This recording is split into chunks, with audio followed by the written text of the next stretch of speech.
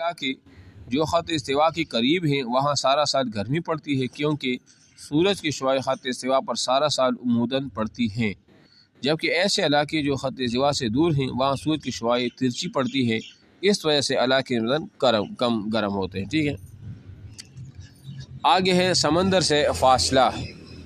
پانی خشکی کی نسبت نہ ہی جلد گرم ہوتا ہے اور نہ ہی ٹھنڈا، اس وجہ سمندر کی گرد ساحلی علاقوں کا تجہرات معتدل رہتا ہے۔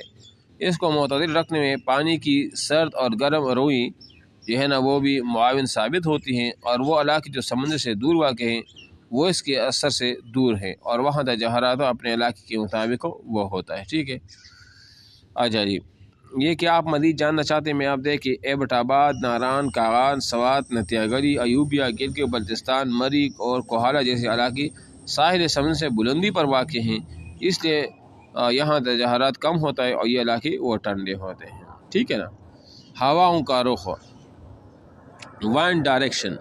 ہوائیں ہمیشہ زیادہ دباؤ والے علاقے سے کم دباؤ والے علاقے کی طرف چلتی ہیں، اسی وجہ سے جب ہوائیں ٹھنڈی علاقوں کی طرف سے آتی ہے تو ان درجہ حرارت میں کمی واقع ہوتی ہے، جبکہ گرم اور خشک علاقوں سے آنے والی ہوائیں درجہ حرارت میں اضافہ کا باعث بنتی ہے۔ مثلا کراچی کا ساحلی علاقہ سمندر سے آنے والی ہواؤں سے معتدل رہتا ہے، جبکہ لاہور سمندر سے دور ہونے کی وجہ سے گرمیوں میں گرم رہتا ہے۔ ٹھیک ہے، یہ تو آسان ہے۔ اچھا،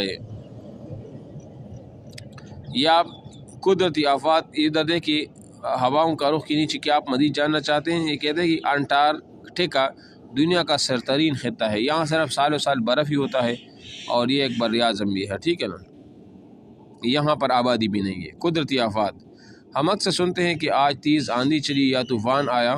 آندھی، طوفان، سیلاب، زلزلے سب قدرتی آفات میں شامل ہیں۔ زمین پر رونما ہونے والی ایسی فطری واقعات جن میں زندگیوں اور املاک کا نقصان ہو قدرتی آفات نیچرل ڈیزاسٹر کہلاتے ہیں۔ ان میں سے چند قدرتی آفات کے بارے میں ہم جانتے ہیں۔ ٹھیک ہے، سیلاب، فلڈز، زیادہ بارش کی وجہ سے جب دریاؤں میں پانی کی سطح بڑھ جائے اور پانی دریاؤں کے کناروں سے نکل کر خشکی پر پھیل جائے تو اسے سیلاب کہتے ہیں۔ کبھی کبھی اس پانی کی تیز رفتار اتنی زیادہ ہوتی ہے کہ یہ ہر چیز بہا کر لے جاتا ہے، جن میں انسان، جانور اور پودے سب ہی شامل ہیں۔ ڈیم اور جنگلات سیلاب روکنے میں مددگار ثابت ہوتے ہیں۔ ٹھیک ہے، زلزلہ، یہ بھی ایک ہے۔ زلزلے سے مراد زیر زمین مختلف حرکات کے سبب زمین کی سطح پر پیدا ہونے والی ایسی ترتراہٹ ہے جس کے نتیجے میں عمارتیں اور سڑکیں تباہ ہو جاتی ہیں۔ ان کے علاوہ لوگوں کا جانی مال نقصان بھی ہوتا ہے۔ یہ آپ اس کے دیکھا کیا آپ مزید جاننا چاہتے ہیں؟ پاکستان میں 8 اکتوبر 2005 کا شدید زلزلہ آیا تھا، یہ اہم سوال ہے، اس کو بھی آپ نوٹ کر لیں، جس میں آزاد کشمیر، صوبہ خیبر پختونخوا، شمالی علاقہ جات متاثر ہوئے۔ اس زلزلے میں تقریباً 80,000 لوگ جان بحق ہوئے۔ 80,000 انتہائی اہم سوال ہے، اس کو بھی انڈر لائن کرو کہ 8 اکتوبر 2005 کو جو زلزلہ آیا تھا اس میں 80,000 لوگ جو ہے نا وہ مر گئے تھے۔ ٹھیک ہے نا، اچھا،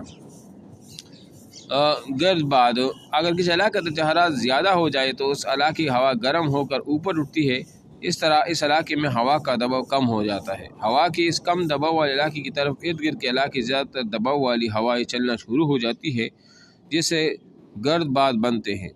یہ تیزی سے چلتی ہوئی انسانوں اور دوسری اشیاء کو نقصان پہنچا سکتی ہے۔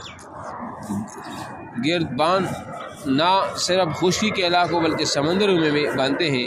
پاکستان کے جنوب میں بھی ایک سمندر واقع ہے جسے بحیر عرب کہتے ہیں، یہ بحر ہند کا ایک حصہ ہے۔ یہاں جو گرد باد بنتے ہیں انہیں حاری گرد باد جو ہے نا وہ کہتے ہیں۔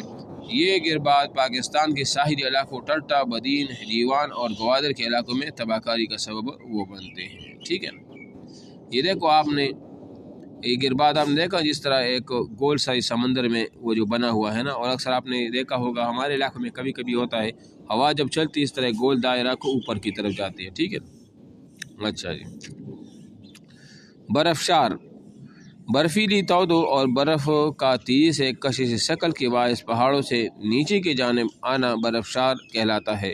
کشش شکل مطلب شکل بھاری پن کو کہا جاتا ہے۔ جب یہ زیادہ بڑھ جاتے ہیں، بھاری ہو جاتے ہیں تو یہ اپنی جگہ چھوڑ کر نیچے آ جاتے ہیں، اور یہ دراصل پہاڑوں پر آنے والے برف کا طوفان ہے جس سے وہاں موجود انسانوں کو نقصان وہ پہنچ سکتا ہے۔ ٹھیک ہے، قدرتی آفات کی صورت میں حفاظتی اقدامات، بس یہ تو آپ چھوڑ دیں، باقی نیچے آ جائے، یہ کہاں سے آیا،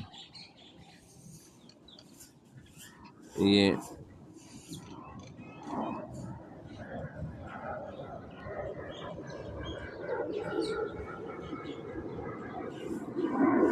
اچھا جی،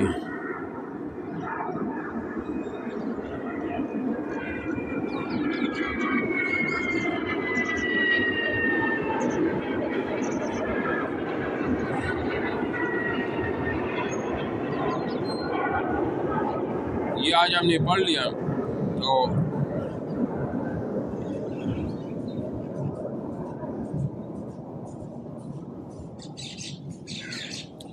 اس میں